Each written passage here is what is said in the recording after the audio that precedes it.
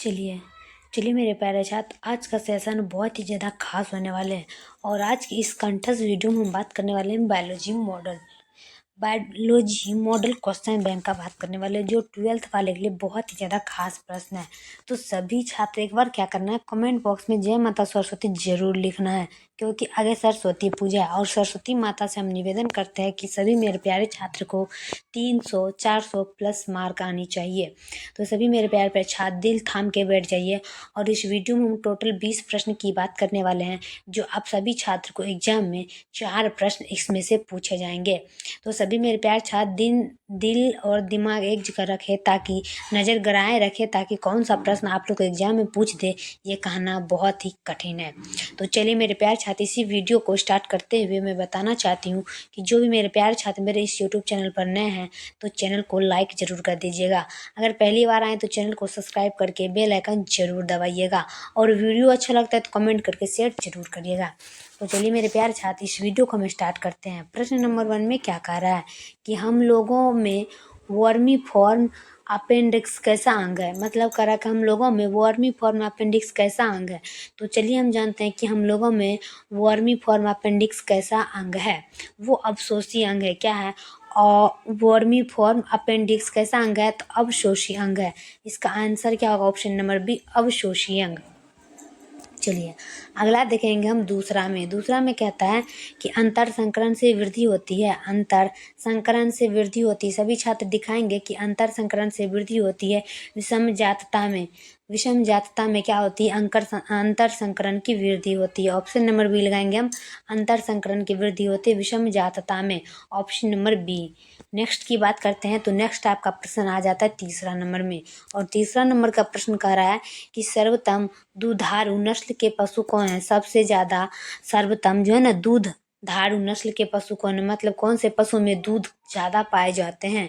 तो 3 का हो जाएगा हेल्स्टीन फ्रीजियल। क्या होगा? Holstein Friesian. Option number B लगेगा। सर्वोत्तम दुधारू नस्ल के पशु Holstein Friesian. Option number B. चलिए नेक्स्ट की बात करते हैं 4 में कह रहा है कि फेरोमोन जाल में क्या होता है। फेरोमोन जाल में क्या होता है? 4 का देखेंगे, फेरोमोन जाल में होता है मादा फेरोमोन। क्या होता है? मादा फेरोमोन। प्रश्न कर रहा है आपका कि फेरोमोन जाल में क्या होता है, तो मादा फेरोमोन। ऑप्शन नंबर बी लगाएंगे हम, मादा फेरोमोन। चलिए अगला देखेंगे हम 5 में कहता है कि उतक संवर्धन द्वारा बड़ी संख्या के पौधे उत्पन्न करने की विधि क्या कहलाती है। उतक संवर्धन द्वारा बड़ी संख्या के पौधे उत्पन्न करने की विधि क्या कहती है, मतलब बड़ी संख्या के पौधे को उत्पन्न करने की विधि को क्या कहते हैं? सूक्ष्म प्रजनन। क्या कहते हैं? सूक्ष्म प्रजनन। ऑप्शन नंबर ए लगाएंगे हम, सूक्ष्म प्रजनन। चलिए अगला देख लेंगे हम 6 में कहता है कि नामांकित में से कौन नाइट्रोजन चयापचय करता है। निम्नलिखित यानी कि नामांकित में से कौन नाइट्रोजन चयापचय करता है। सभी छात्र देखेंगे कि नामांकित में से कौन नाइट्रोजन चयापचय करता है। नाइट्रोजन चयापचय करता है, वो आपका आंसर आने वाला है इनमें से सब, यानी कि राइजोबियम, स्यूडोमोनास, एजोबैक्टर। तो इसका आंसर हो जाएगा आपका इनमें से सभी, ऑप्शन नंबर डी। चलिए 7 में कह रहा है कि वीर्य संचित किया जाता है। वीर्य संचित किया जाता है, 7 का देखेंगे, वीर्य संचित किया जाता है तरल नाइट्रोजन में। प्रश्न कह रहा है कि वीर्य संचित किया जाता है तरल नाइट्रोजन में। ऑप्शन नंबर बी लगाएंगे हम, तरल नाइट्रोजन में। चलिए अगला देख लेंगे हम 8 में कह रहा है प्रश्न कि नामांकित में कल्याण सोना किसकी किस्म है। नामांकित में कल्याण सोना किसकी किस्म है। 8 का देखेंगे तो गेहूं की। गेहूं जो है ना कल्याण सोना की किस्म है। गेहूं यह कल्याण सोना की एक परत है, जिसे हम कहते हैं किस्म, कल्याण किस्म। Option number B. चलिए अगला देख लेंगे हम 9 में कह रहा है कि नामांकित में जैव उर्वरक कौन सा है। नामांकित में जैव उर्वरक कौन सा है कि cyanobacteria. Cyanobacteria. Option number A लगाएंगे। प्रश्न कर रहा है कि नामांकित में जैव उर्वरक कौन सा है, तो साइनोबैक्टीरिया। ऑप्शन नंबर ए लगाएंगे हम, साइनोबैक्टीरिया। चलिए अगला देखेंगे हम 10 में कहता है कि नामांकित में कौन सहजीवी संबंध द्वारा नाइट्रोजन स्थिर करता है। कि नामांकित में कौन सहजीवी संबंध द्वारा नाइट्रोजन स्थिर करता है। सभी मेरे प्यारे छात्र देखिएगा, प्रश्न कर रहा है आपका कि नामांकित में कौन सहजीवी संबंध द्वारा नाइट्रोजन स्थिर करता है। 10 का देखेंगे, और 10 में होगा राइजोबियम। क्या होगा? राइजोबियम। ऑप्शन नंबर बी लगाएंगे हम, राइजोबियम। चलिए अगला देखेंगे हम 11 का। 11 में कह रहा है कि मृदा की पोषण गुणवत्ता कौन बढ़ाता है। मृदा की पोषण गुणवत्ता कौन बढ़ाता है। 11 का देखेंगे, यानी कि बी और सी दोनों, यानी कि बी और सी, यानी कि ये रहा बी और सी दोनों, मतलब गोबर खाद जैव उर्वरक। प्रश्न कह रहा है मेरा कि मादा की पोषण गुणवत्ता कौन बढ़ाता है, तो बी तथा सी दोनों, ऑप्शन नंबर डी। चलिए अगला देख लेते हैं हम 12 का। 12 में कह रहा है कि कतला मछली पाई जाने वाली है, पर मछली एक्वेरियम है। प्रश्न कह रहा है कि कतला मछली पाई जाती है मछली और एक्वेरियल है। प्रश्न कर रहा है मेरे प्यारे छात्र, और इस प्रश्न को समझना है कि कतला मछली पाई जाती है, मछली और एक्वेरियम। 12 का देखना है, और 12 में आपका आंसर हो जाएगा मृदु जल। क्या होगा, मृदु जल। ऑप्शन नंबर ए लगाएंगे हम, मृदु जल। चलिए अगला देख लेंगे हम। सभी छात्र याद रखेंगे, कतला मछली होता है मरा हुआ, कतला मरा हुआ मछली होता है।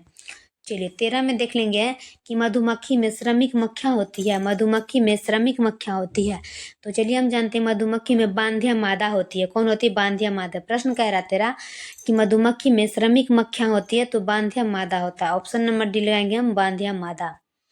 चलिए अगला देख लेंगे हम 14 का। 14 में कहता है कि वह औषधि जो CNS के कार्य को कम करने की तरह कार्य करता है।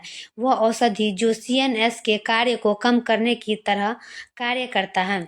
14 का देखेंगे, और 14 में आपका आंसर होगा अफीम। क्या होगा, अफीम। प्रश्न कर रहा है आपका कि वह औषधि जो CNS के कार्य को कम करने की तरह कार्य करता है, अफीम। वो क्या है, अफीम। Option number C. चलिए 15 में कि LSD क्या है। LSD क्या है, 15 का देखेंगे। LSD है चित्त पर मिथ्या प्रभाव डालकर चेतना बढ़ाने वाला। चित्त पर मिथ्या प्रभाव डालकर चेतना बढ़ाना, ऑप्शन नंबर डी। चलिए अगला देख लेंगे हम 16 का। 16 में कहता है कि उत्तेजक कोकीन किससे प्राप्त होती है। उत्तेजक कोकीन किससे प्राप्त होती है, याद रखना है। उत्तेजक कोकीन किससे प्राप्त होती है, तो एरिथ्रोजाइलान। क्या होगा, एरिथ्रोजाइलान। ऑप्शन नंबर बी लगाएंगे हम, एरिथ्रोजाइलान। Option number B. चलिए अगला देख लेंगे हम 17 का। 17 में कहता है कि कौन सा एक द्वीपक है। कौन सा एक द्वीपक है। 17 में देखेंगे कोकीन। क्या होगा, कोकीन। प्रश्न कर रहा है कि कौन एक द्वीपक है, तो कोकीन। ऑप्शन नंबर बी लगाएंगे हम, कोकीन। चलिए अगला देख लेंगे हम 18 के। 18 में कहता है कि नारमेन बारलोग किससे संबंधित है। नारमेन बारलोग किससे संबंधित है। 18 का देखेंगे, नारमेन बारलोग किससे संबंधित है। 18 का देखेंगे हरित क्रांति। क्या होगा, हरित क्रांति। ऑप्शन नंबर बी लगाएंगे हम, हरित क्रांति। चलिए अगला देख लेंगे हम 19 का। 19 में कहता है कि कैलस संवर्धन में जड़ का बनना किसके द्वारा प्रेरित होता है। कैलस संवर्धन में जड़ का बनना किसके द्वारा प्रेरित होता है। 19 का देखेंगे ऑक्सीन। क्या होगा, ऑक्सीन। प्रश्न कर रहा है कि कैलस संवर्धन में जड़ का बनना किसके द्वारा प्रेरित होता है, ऑक्सीन। ऑप्शन नंबर सी लगाएंगे हम, ऑक्सीन। चलिए लास्ट और आखिरी प्रश्न हो रहा है कि बारलोग ने किसकी नई प्रजाति विकसित की। बारलोग ने किसकी नई प्रजाति विकसित की। 20 का देखेंगे गेहूं। क्या कह रहा है, बारलोग ने किसकी नई प्रजाति विकसित की, गेहूं की। ऑप्शन नंबर ए लगाएंगे। तो मेरे प्यारे छात्र, ये वीडियो आप लोग को कैसा लगता है, आप लोग हमें कमेंट में जरूर बताएंगे, और तब तक के लिए हम नेक्स्ट वीडियो में मिलेंगे। जय हिंद, जय भारत।